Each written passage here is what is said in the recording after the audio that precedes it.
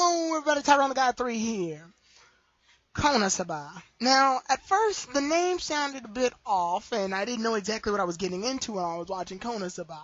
I'm here to review Konosuba because Season 2 is arriving on Wednesday. And by the time you guys watch this video, it'll probably be Tuesday. So to give you a chance to actually watch Season 1, binge watch it and see if you like it. Season 1 lasts for about 10 episodes, I think. Maybe 11 or 12, I gotta recheck, but it's about 10 episodes. So if you're ever curious, check out my review to see if you like it. But without further ado, let me go into Konosuba. Konosuba. It's such a weird name and it's such a weird anime, and I never thought I would actually get into it. The reason I say that is because I actually got introduced to this anime thanks to the rest of the gang. They were talking about it online during a chat, and I actually decided to look into it myself. Rather than watch it with them in a group, I decided to go in and watch it myself on Crunchyroll. When I watched it, I really didn't know what to think. It was bizarre, for a lack of a better word.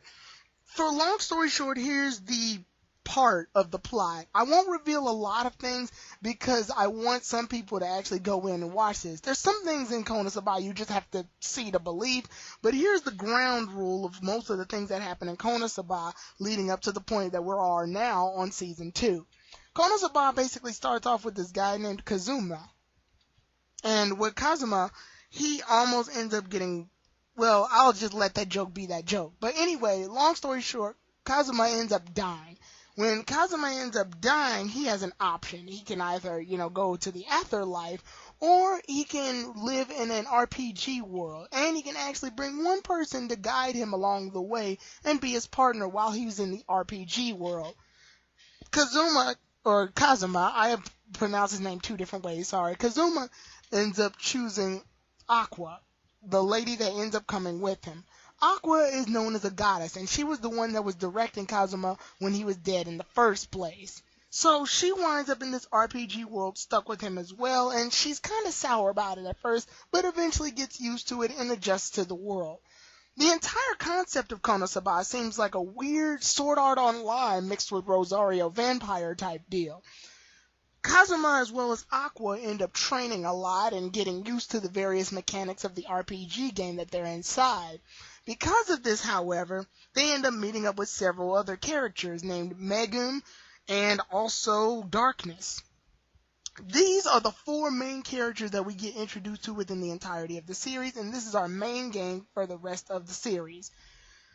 Now, as far as this team goes, you would think a lot of anime heroes that are put together with special powers would be really great, especially these four characters, but it seems that things get a bit weird. Well, Kazuma doesn't really have any flaws per se, but he is one of the weakest characters on the group because he doesn't have anything that makes him particularly unique other than his extremely high luck. He does seem to be the voice of reason between all of the other characters, and he actually shows to be pretty intelligent. But outside of that, there's not really much going for him. Then you've got Aqua herself, the goddess. Aqua's stats are actually pretty high, but she's usually on the bad side of things when it comes to luck. She's not that great when it comes to fighting, simply because she tries too much to show off, or she just gets the hang of things, or she's just sort of a ditz. Next we've got Megum. Megum's whole deal is that she loves explosions. However, explosion magic can only be used once per day. After that, she ends up getting tired out. She can't use explosive magic more than once. So she's sort of just a one-shot cannon, and that's about it. Then finally we have Darkness, the crusade-like masochist. Her whole deal is that she actually enjoys pain. She sexually gets off on it. And with that, we have our unlikely heroes.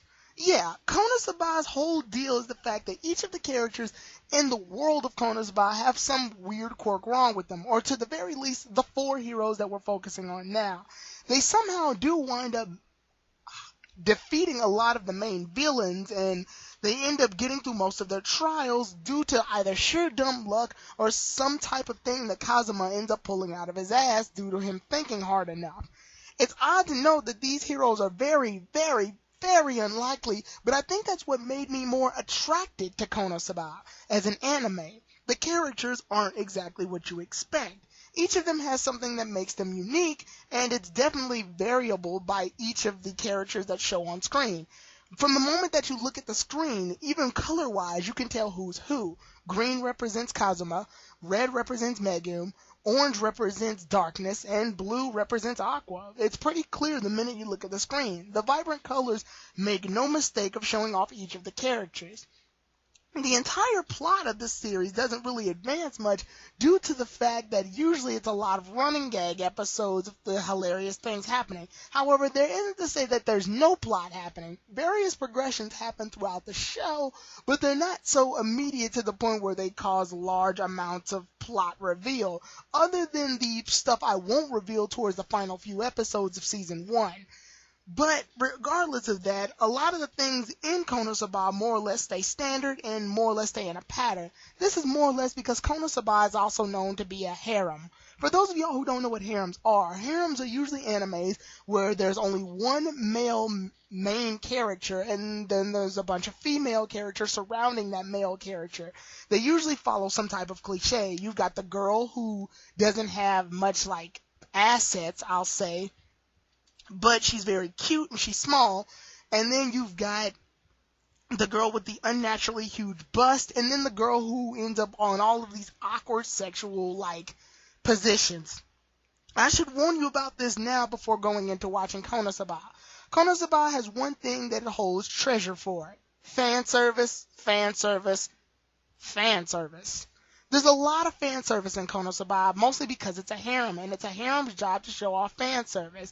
It's a cliche that's been going on in years in anime, ever since like Tenchi. So it's nothing that's too surprising here. However, the difference here is that unlike Rosario Vampire, it doesn't get in the way. Now don't get me wrong, I like Rosario Vampire and Konosuba equally. But honestly, I gotta say, Rosario Vampire does get to points where the fan service gets a little much. Konosuba has this problem as well in certain episodes, but it doesn't get obnoxious. There's some measurement between fan service and comedy that makes Konosuba actually work really well. Konosuba also does a really good job of establishing each of the characters and how they work. Nobody seems like they're pointless here. Even characters that aren't the main four actually show up, and when they do, they bring something to the story. They're never just there just to be there.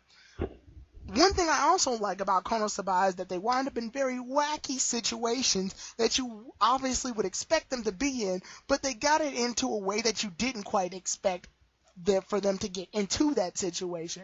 There's various situations where Kazuma winds up with one of the girls and has a development moment with that girl, but it ends up coming into an awkward misunderstanding. It's kind of weird. You can also even imagine this within Pokemon Sun and Moon, that Ash has gotten himself into a bit of a harem himself. But veering back into Konosuba, Konosuba does what most harem animes do.